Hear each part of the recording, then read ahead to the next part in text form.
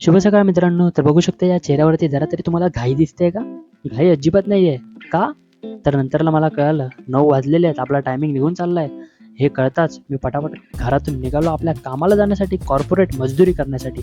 खाली उतरलो, tata bye bye केलं आणि गाडी स्टार्टअप केली आणि निघालो आपल्या कामासाठी.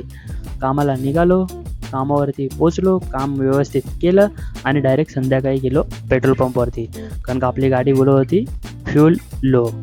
तर फ्यूल फुल केलं आणि निघालो आपल्या परतीच्या प्रवासासाठी. तर परतीच्या प्रवासासाठी जाताना मला जरासं ट्रॅफिक भेटलं रोडवरती. त्या ट्रॅफिकवरती मात करत मी माझ्या घरी आलो. घरी आल्यानंतर बघितलं तर आई मस्तपैकी देवाची भांडी धुवून ठेवत होती. तर देवाची बत्ती करून घेतली, देवाला नमस्कार केला आणि आज आपला उपवास असल्या कारणाने मस्तपैकी देवाची पूजा केली. पूजा करून झाल्यानंतरला मस्तपैकी पोटपूजा करण्याची वेळ आली होती. मग आईने आज उकडले होते मके. ते मी मके मस्तपैकी मीठ लावलेले होते ते खाऊन घेतले आणि खाऊन झाल्यानंतरला हे हळद आणि मीठ लावलेली मिरची बेसनमध्ये मस्तपैकी डीप करून तेलात तळून घेतली आणि ही बघू शकता किती सुंदर दिसते.